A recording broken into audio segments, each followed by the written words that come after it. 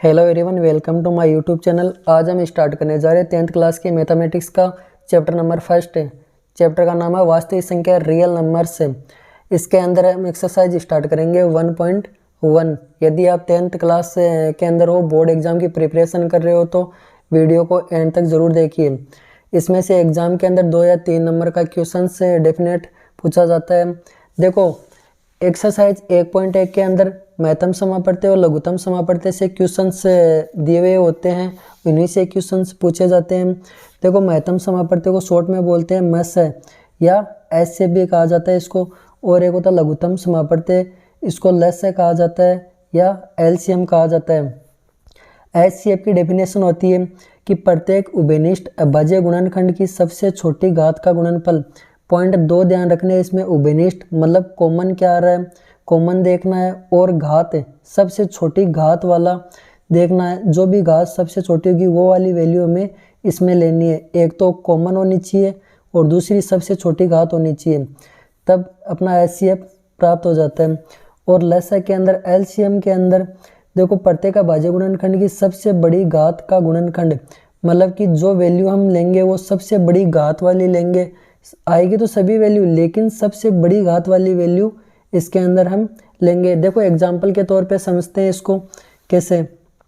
देखो, एक एग्जाम्पल लिया है, ये फैक्टर करके दे दिया एग्जाम्पल को।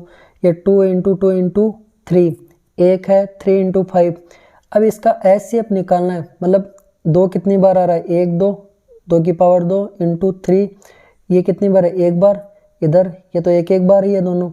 अब देखो, एचसीएफ ज्ञात करना है। एचसीएफ के लिए क्या बोला जा रहा है, इन दोनों में से ये इधर वाली वैल्यू और इधर वाली वैल्यू में, दोनों में देखना उभयनिष्ठ कौन सा है। उभयनिष्ठ इसमें 2 आ रहा है, क्या इसमें 2 है, नहीं है, तो एचसीएफ उभयनिष्ठ कॉमन अपना है नहीं, ये कंडीशन अप्लाई नहीं होगी। अब देखना है दूसरा, सबसे छोटी घात, 2 तो है नहीं तो 2 तो अप्लाई नहीं होगा, लेकिन 3 इसमें भी है और 3 इसमें भी है, और घात दोनों की सेम है, मतलब सबसे छोटी घात एक ही होगी। तो यहाँ से एचसीएफ क्या प्राप्त हो जाएगा हमें, 3। और देखा जाए तो एलसीएम, एलसीएम के अंदर कंडीशन क्या थी, सबसे बड़ी घात है।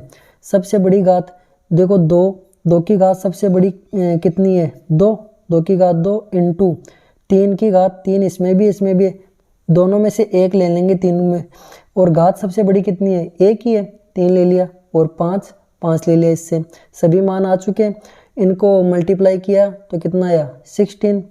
ये अपना हुआ। अब देखते हैं आगे। देखो, एक कंडीशन आती है HCF into LCM equal to A into B, ये दिया हुआ होगा।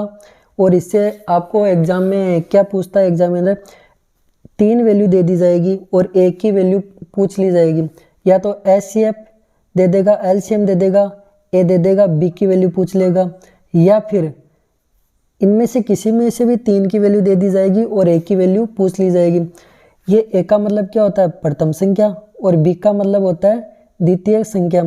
फर्स्ट नंबर और सेकंड नंबर क्वेश्चंस के अंदर दिए हुए होंगे। देखो, यहाँ से एचसीएफ ज्ञात करना है, एचसीएफ ज्ञात करना है। ये गुणा के अंदर है, बराबर की साइड भेजेंगे इस एलसीएम को, तो कहाँ चला जाएगा, बट्टा में, ये आ गया। सेम इसी प्रकार हमें एलसीएम को इधर रखना है, एचसीएफ को इधर भेजना है, तो यहाँ बट्टा में कौन आ जाएगा, एचसीएफ, यहाँ से एचसीएफ प्राप्त हो जाएगा। सेम इसी प्रकार से देखो, एक की वैल्यू निकालनी है हमें, तो यहाँ से गुणा के अंदर बी है, बराबर में जाएगा तो बट्टा के नीचे आ जाएगा बी। अगर बी की वैल्यू निकालनी है हमें, तो यहाँ से बी रखेंगे, एक को इधर बराबर की साइड में भेजेंगे तो कहाँ चला जाएगा, बट्टा में, ए आ जाएगा। ये 4 फॉर्मूले बनते हैं इससे। अब देखते हैं एक्सरसाइज 1.1 के क्वेश्चंस। देखो, एक्सरसाइज 1.1 के क्वेश्चंस, निम्नलिखित संख्याओं को अभाज्य गुणनखंडों के गुणनफल के रूप में व्यक्त कीजिए। जो भी वैल्यू दी हुई होगी उसका अभाज्य गुणनखंड करके सोल्व करना है। 140 है, इसका अभाज्य गुणनखंड कर दो। इसका अभाज्य गुणनखंड करेंगे तो देखो, सबसे छोटी संख्या का भाग दे दो, इसमें जिसका भाग जाता है उसका भाग दे दो छोटी छोटी संख्या का। 4 का भी जाता है, लेकिन 4 से पहले 2 का जाता है, तो 2 का दे दो। 140 में 2 का भाग देंगे तो कितना आएगा, 70। अब 70 में भी वापस जा रहा है 2 का भाग, 2 का भाग दिया, कितना आएगा, 35। 35 में 2 का जाता नहीं है, या तो 7 का जाता है या 5 का जाता है। 7 पहले ले लो चाहे 5 बाद में लिख दो। 5 का 2 भाग, 5 का भाग देंगे तो कितनी बार जाएगा? 7 बार। अब 7 में 5 का जाता नहीं है, किसका दे दिया? 7 का दिया, तो 7 एकम 7, एक बार चला गया। अब देखो जो भी इधर हमने भाग दिया इनका, ये 2 2 5 7, इनको यूं का यूं लिख दिया। लिखने के बाद में 2 कितनी बार आ रहा है? 1 2, 2 की पावर 2 इंटू 5 इंटू 7, या इसको यूं भी लिख सकते हैं 2 की पावर 2 कितना होता है? 4, और ये 5 इंटू 7, ये अपना आंसर, ये भी अपना आंसर है और ये भी अपना आंसर है।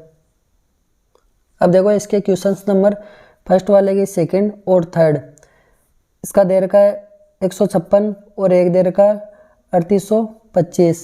इसका करते हैं 156 का। देखो 156 2 का सबसे छोटी संख्या का दे रहे हैं भाग, 2 का देंगे तो कितना आ जाएगा? 78। 78 में फिर 2 का जा रहा है, कितना आ जाएगा? 39। 39 में अब 2 का जाता नहीं है, 3 का जाता हुआ दिखाई दे रहा है। 3 का दिया, कितनी बार गया? 13 बार। 13 में 3 का जाता नहीं, 13 में खुद का ही जाएगा 13 का भाग दिया, 13 में कितनी बार गया? एक बार। ये हमें प्राप्त हो चुका है। देखो ये वाला यूं का यूं लिख दिया हमने, 2 इंटू 2 इंटू 3 इंटू 13। अब देखो 2 कितनी बार आ रहा है? 1 2, 2 की पावर कितनी हो गई? 2 इंटू 3 इंटू 13। ये अपना क्या आ चुका है? आंसर।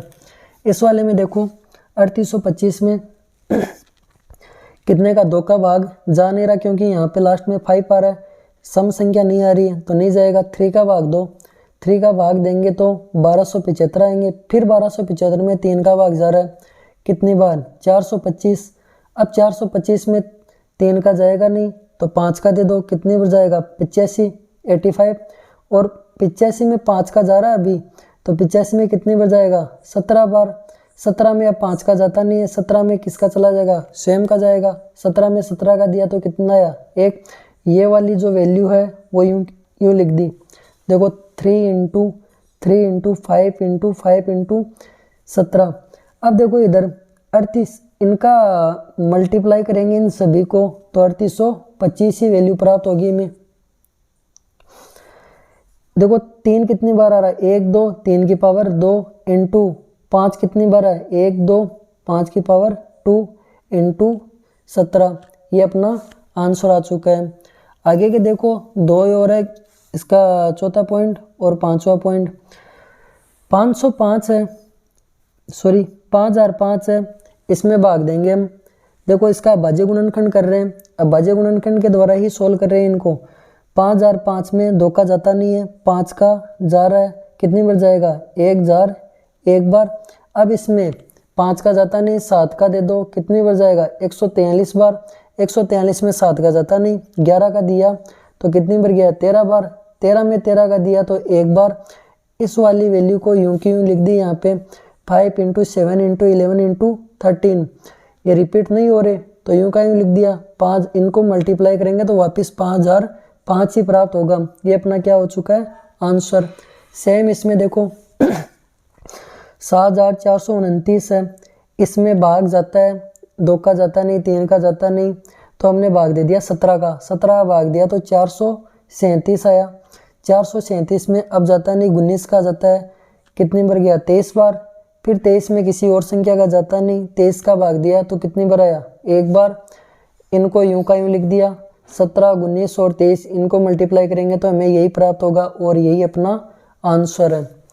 क्वेश्चन नंबर फर्स्ट अपना कंप्लीट हुआ। अब देखेंगे क्वेश्चन नंबर सेकंड। देखो क्वेश्चन नंबर सेकंड दे रखा है, पूर्णांकों के निम्नलिखित युग्मों के एचसीएफ और एलसीएम ज्ञात कीजिए तथा इसकी जांच कीजिए कि दो संख्याओं का गुणनफल एचसीएफ इंटू एलसीएम है।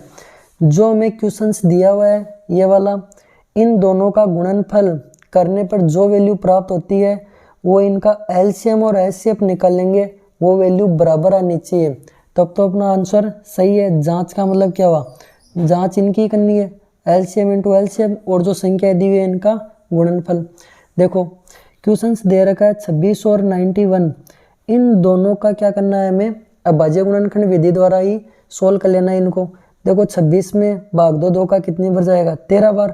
13 में 2 का जाता नहीं है, 13 का दिया, कितनी बार गया? एक बार। इन वैल्यू को यूं का यूं लिख दिया, 2 इंटू 13। इधर 91 में किसका जाएगा, 7 का जा रहा है, 13 का भी जा रहा है। पहले 7 लिख लिया, पहले 13 लिखो चाहे 7 लिखो, कोई फर्क नहीं पड़ता इससे। 7 का दिया 13 बार गया, 13 का भाग दिया कितनी बार गया, 1 बार गया। अब देखो इधर ये इस वैल्यू को यूं का यूं लिख दिया, इधर वाली वैल्यू को यूं का यूं लिख दिया। अब हमें निकालना है पहले तो HCF और बाद में LCM।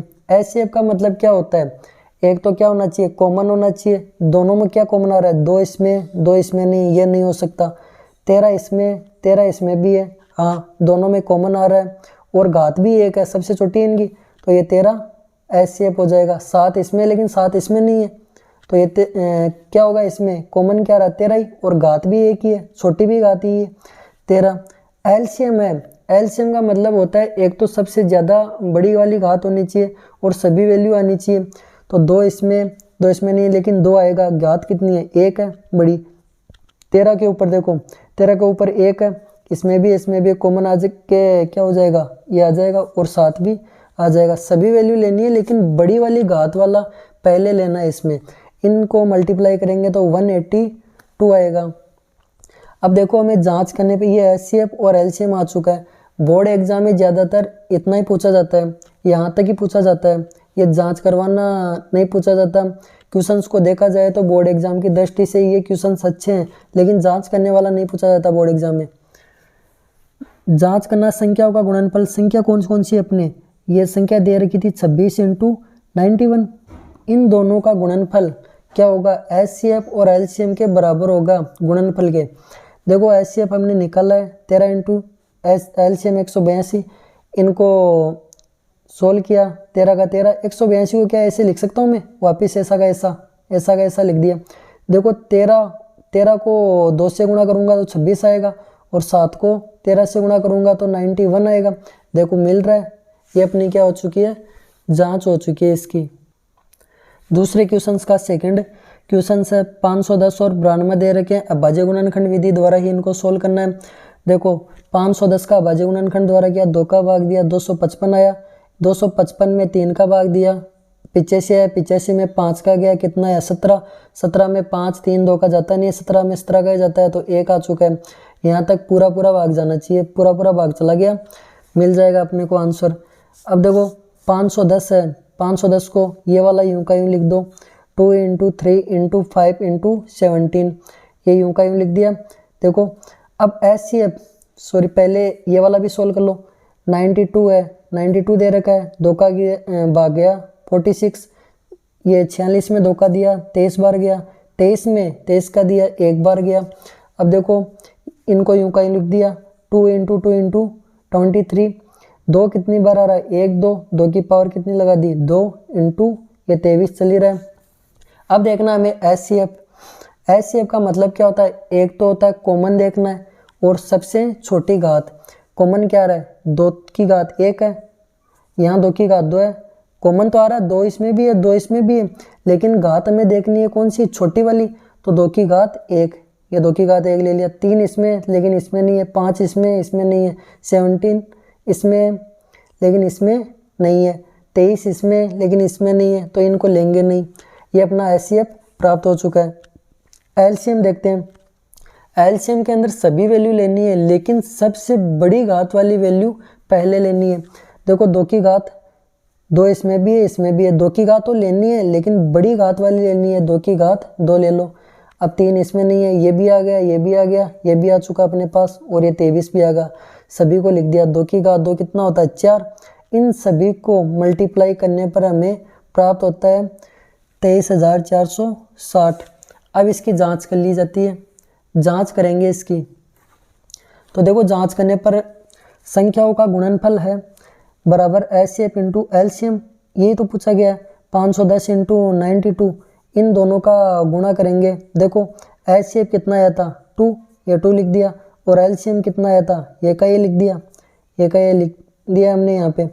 अब देखो इनको सोल्व करेंगे, तो सोल्व करने पे हमें 92 × 510 ही प्राप्त होगा। यहाँ से सोल्व करने पर ये अपनी सत्यता की जांच हो जाएगी।